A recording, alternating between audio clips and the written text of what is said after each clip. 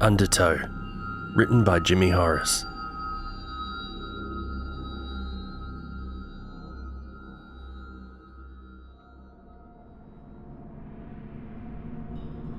Magpies garbled somewhere beyond the back fence when I turned the key. Winter air slid under the door the way the stray cat does. Thin, insistent, knowing the warm spots already. The rental was one of those vibro boxes that look temporary and somehow last forever. Low ceiling, scuffed skirting, sea smells sunk into the floorboards. You could hear the bay in the walls if you stopped moving. I didn't. I bumped the door shut with my hip and dropped my keys in the blue glass bowl by the switchboard. They clicked against each other like teeth. The text from Maya sat unread at the top of my screen. Just talk to me after. And I deleted it out of habit. The way you wipe condensation with your wrist. It leaves a smear, but you feel cleaner for a second. She was already inside with Rory and Tess.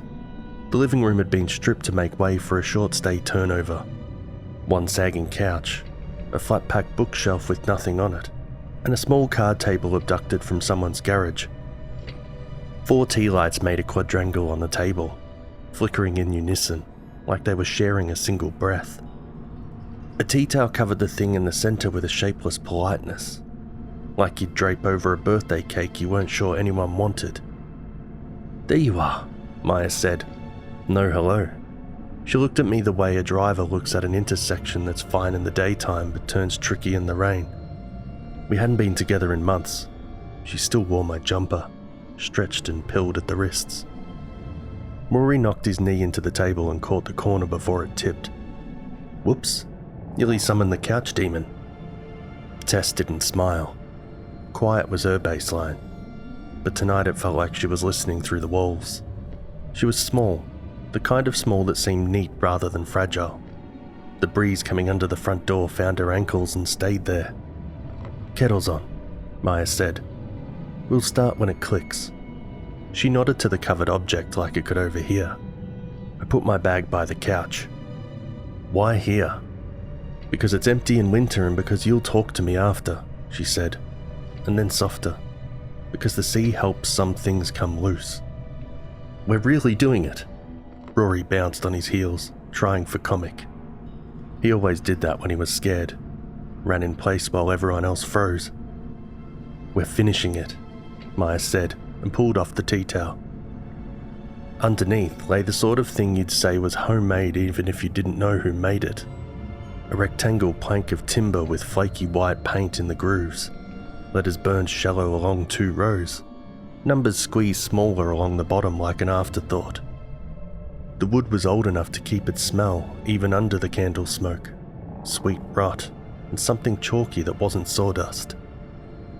In one corner, pencil marks made a ladder of tallies. The 5th line crossing each set. Someone keeping count. Someone patient. The planchette was a heart cut from old window glass, its edges sanded but not quite safe. A bite missing from one point made it look like it had been tested and nearly failed. When Maya set it on my palm, it was unexpectedly warm, as if it remembered a hand from earlier and hadn't cooled since. I blew on it by accident, just a reflex, and an oval of fog bloomed on the underside in a curve that corresponded perfectly to my breath. Tess touched the board's edge with 2 fingers and pulled back at once. "This wood's been near water." "Everything's been near water here," Rory said. "It's the peninsula." "That's like 3 sides of—" "Shut up," Maya said, without heat. She'd laid a strip of tape along the bottom where the numbers sat and read the rules she'd scrawled in fat Sharpie. "Light touch. Don't lift. No lies. Don't blow out the candles." Next to no lies, she'd drawn a tiny fish, the way a bored kid makes sanctity into something palatable. There was no goodbye anywhere on the board. I looked for it in case it was tucked somewhere creative, tucked sideways or hidden in scroll work.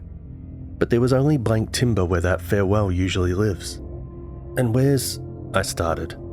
"We don't hang up on family," Maya said. Her eyes were dry. She'd cried enough in other rooms that my memory wore the ghost of it like a shirt. The kettle clicked, the sound that meant time. The house held it, as if the walls kept a library of clicks and could reissue any of them with the right request. Rory poured tea and forgot which mug was his. Tess took one with lemon printed on it, which seemed right for her. Maya didn't drink. I held mine because hot things fool your hands into believing they can decide about your thoughts. We sat around the card table. The tea lights made little cones of confinement on our faces. The board's surface looked slightly damp, and I told myself it was the paint doing what old paint does when it gets cold. Light touch, Maya said. Count your breaths. We're not asking for anyone. We're not calling anyone in particular. We're seeing. She said seeing in the way people say testing before jumping from a height. The glass heart sat on the letter I. We put our fingers lightly on it, the pads of our index and middle not quite resting. A posture of pretending to be ready to let go and knowing we wouldn't. The C sound in the fibro sharpened and went particular. I counted my breaths until numbers stopped being useful, and the counting was only a way to keep my mouth on the inside of my teeth. Nothing happened. Nothing kept happening long enough that Rory chuckled, and then the glass fogged in neat little pulses, clouding and clearing with the same rhythm as Tessa's breath. She changed pace self-consciously and the fog changed with her. She covered her mouth with the back of her hand. The glass continued to fog. The pulses weren't ours anymore. Light touch, Maya repeated, as if we'd tightened without knowledge. The planchette moved. It didn't glide. Gliding would have sounded theatrical. It dragged, as if someone under the board was pulling on something under our skin. Our fingers cramped and then released in a motion that wasn't quite a jerk, more the way your hand closes when you dream you are catching something that is falling. It landed on W. We looked at each other, idiots making a word puzzle out of fear. The glass dragged to A. Then T. T again. Insistent. Then L.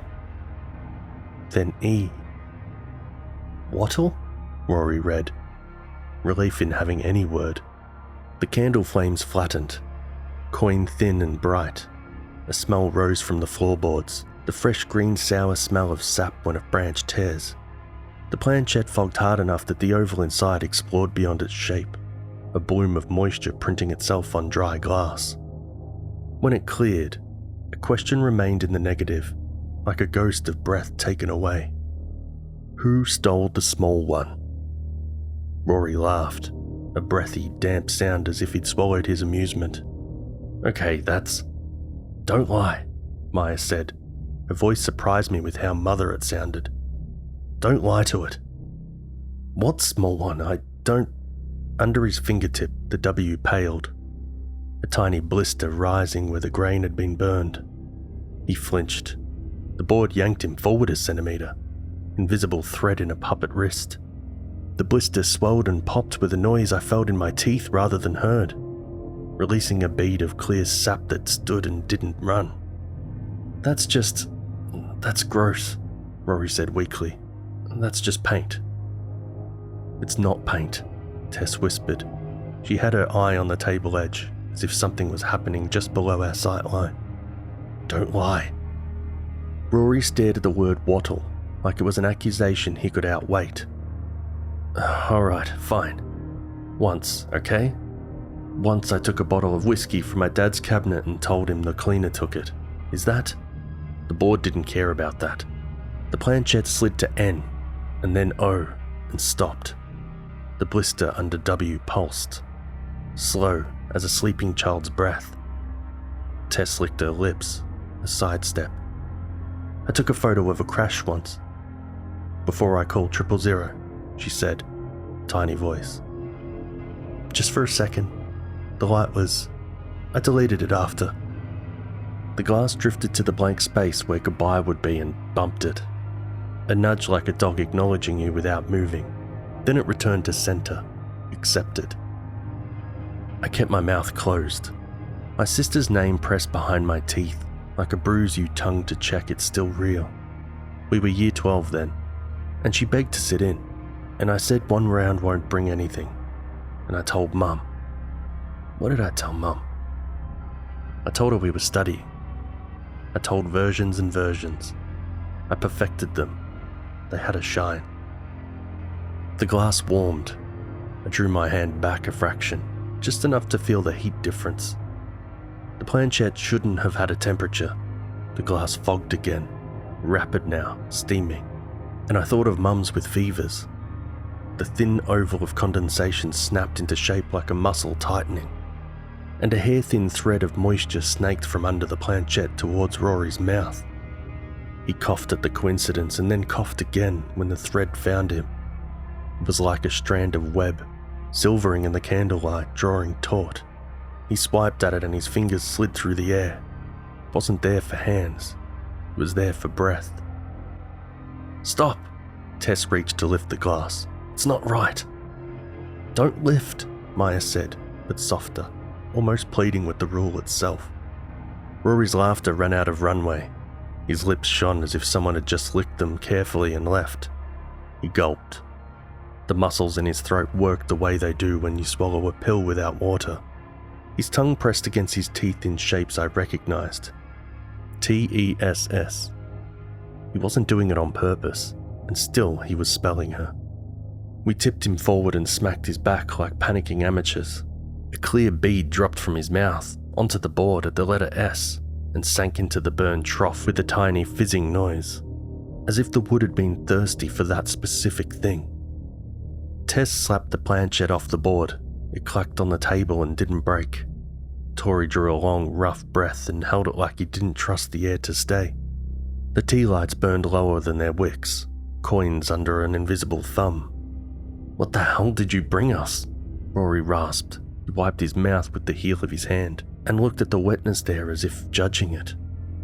Maya didn't look away. Bravery for her was often the decision not to blink.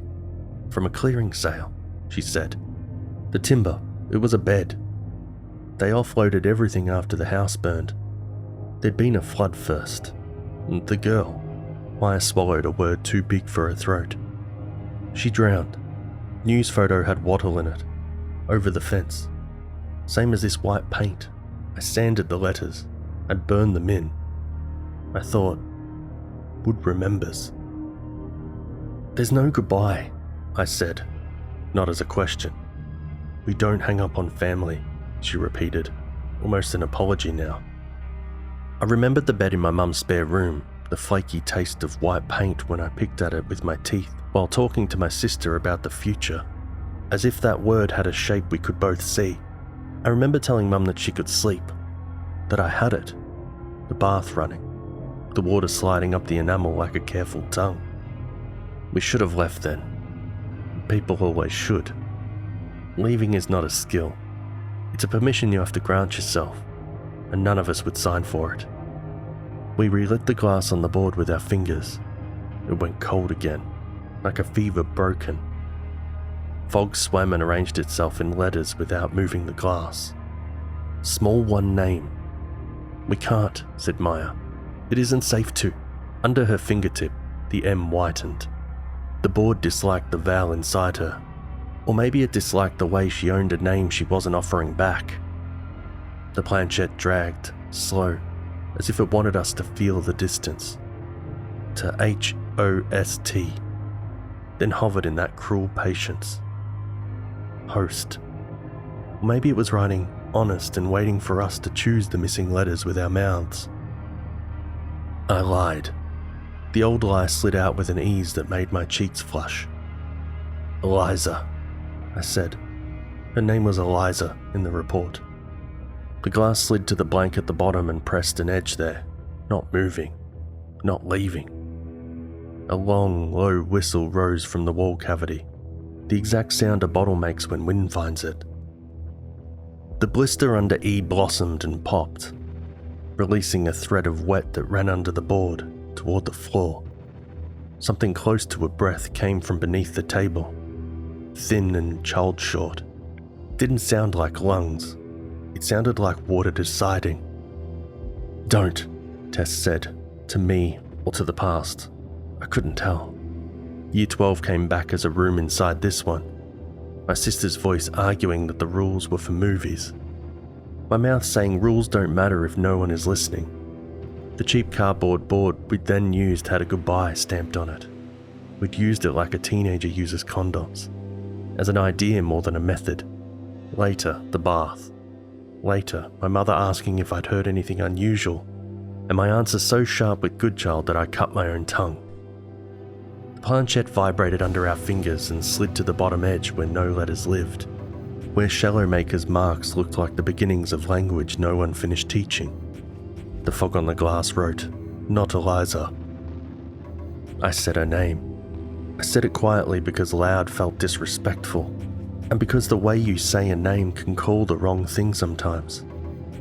The fog vanished between one blink and the next. The room inhaled and kept the breath. Sawdust flecks appeared inside the heart of the glass, motes suspended the way snow sits in a paperweight. They drifted and then arranged themselves with horrible deliberation until they formed a tiny italic I. The letter hung there, more idea than matter. Then an M joined it. Then an A. I realised what I was looking at when the Y appeared and didn't feel surprised so much as memory. The glass was printing a name I knew too well in a font I'd always hated. "Don't," I whispered to the letters, to the rule, to the part of me that was curious about whether it would print the next letter backwards in the mirror. The grain under our hands rose, not splintering, not quite. The burned troughs of the letters swelled white, skin forming where scar had been, raised like welts. The board was growing itself a new surface, and it didn't much care whether our fingers were in the way. Tess tried to lift hers and her nails stuck to the timber like gum. She hissed. I saw, too clearly, a thin crescent of keratin peel back as she pulled. Blood beaded and did not roll. The troughs held it like channels hold irrigation. Rory panicked good and proper then. He surged to his feet, kicked the table leg, missed the candle and hit the board. The planchette skidded. I had half a second of feral relief that it would fall and shatter and everything would become mundane shards. The glass refound the board like the board was a magnet, scraped across with a sound like a wet finger on a mirror, and slid to complete its word, Maya.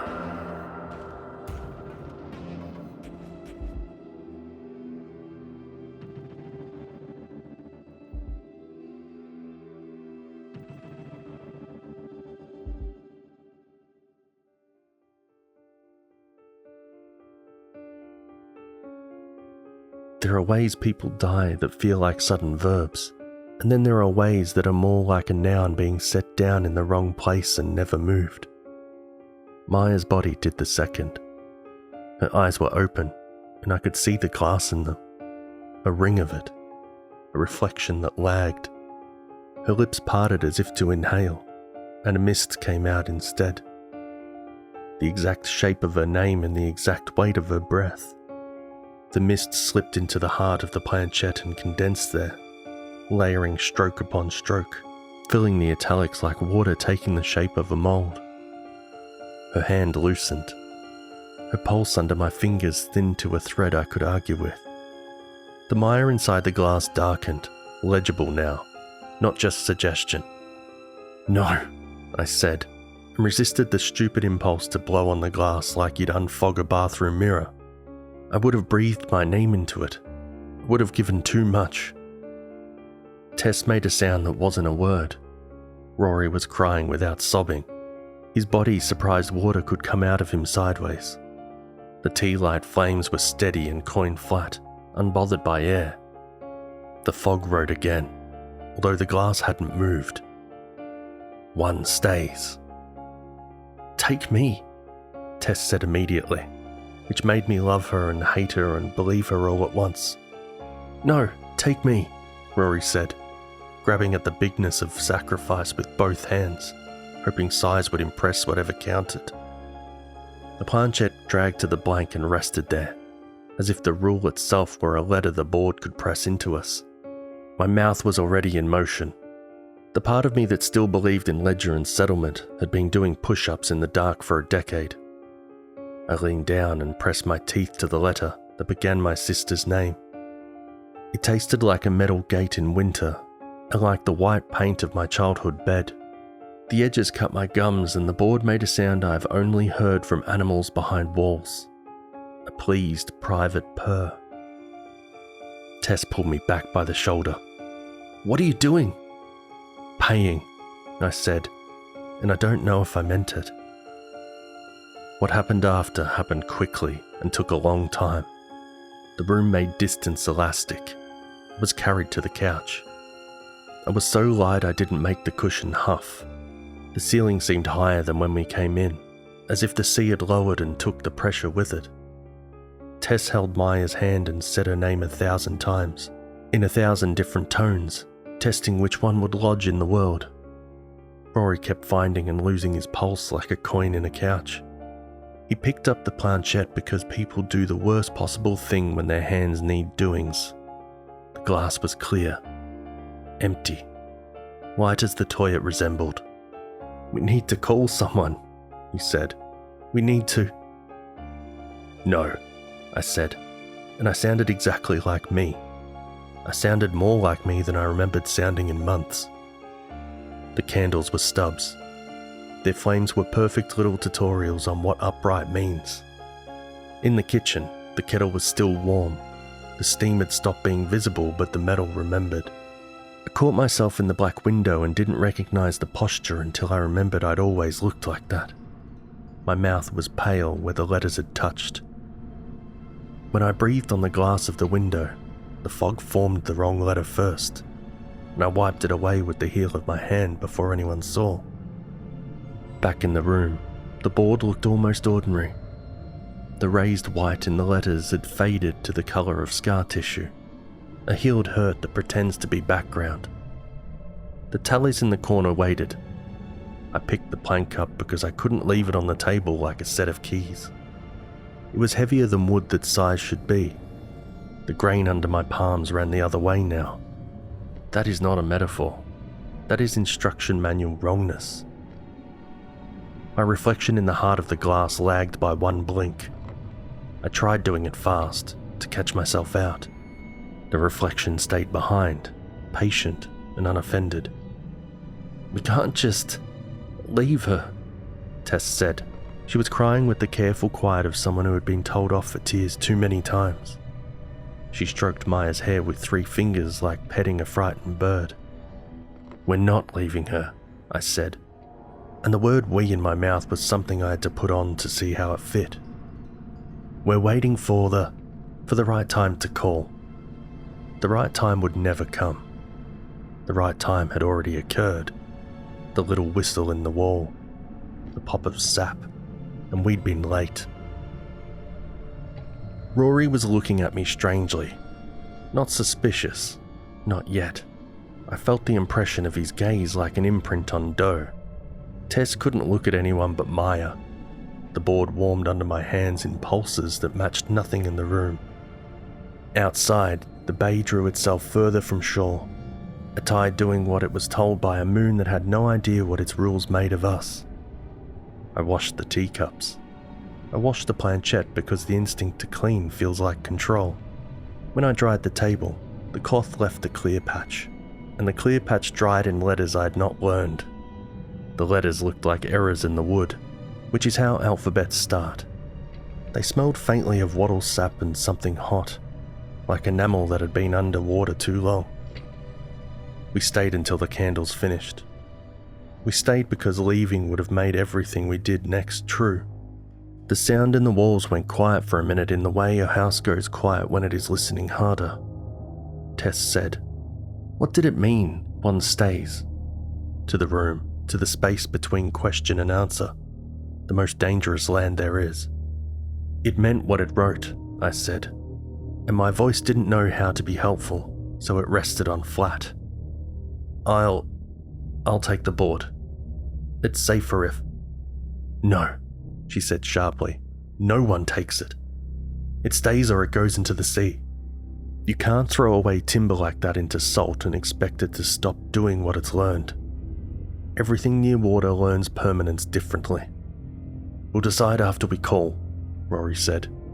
He put a hand over his mouth as if words might come out on their own. "After someone..."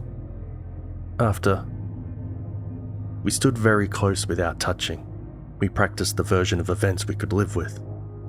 In the gaps of our speech, the sea inhaled and held.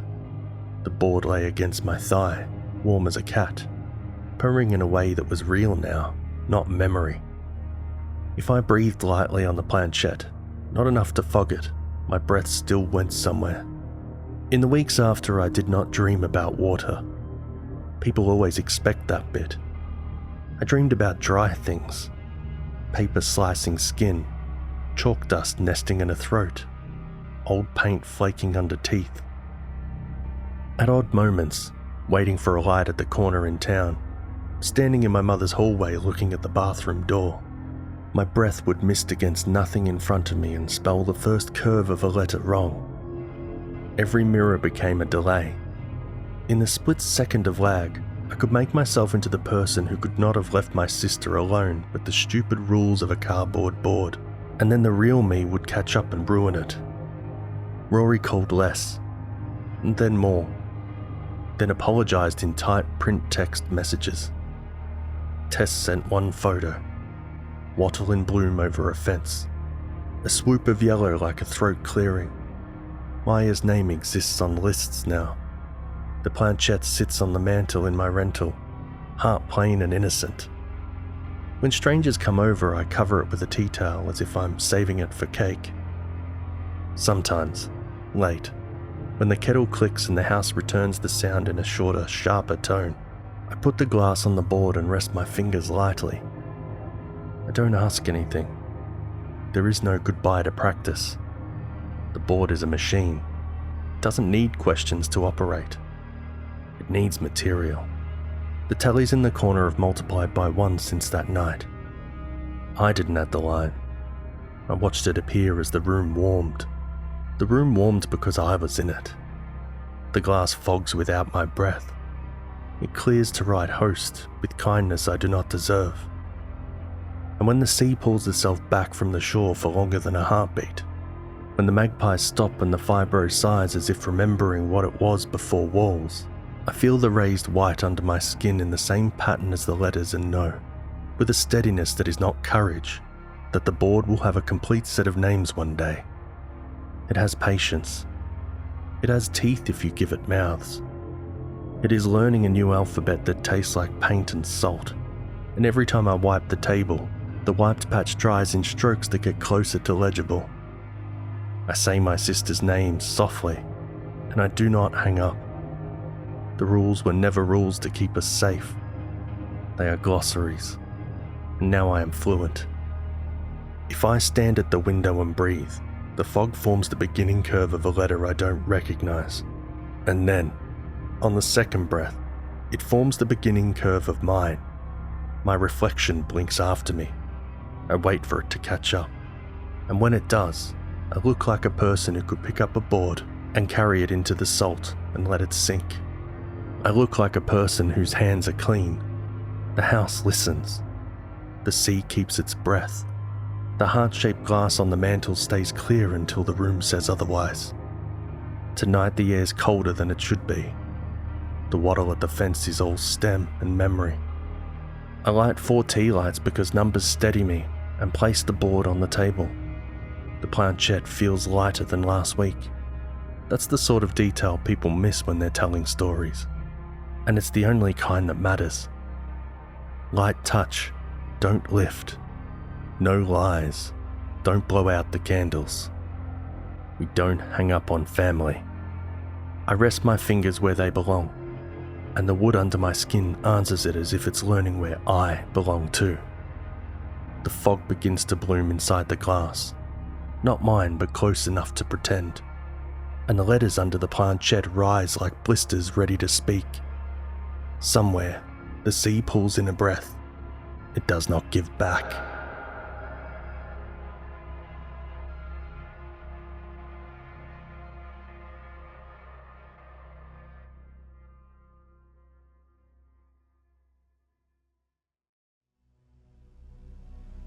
Thank you for watching this video.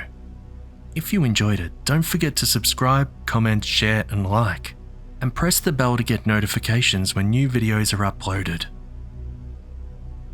If you have a story that you want Jimmy Horrors to read, send it to jimmyhorrorsnarrations@gmail.com. Until next time, stay horrific, everyone.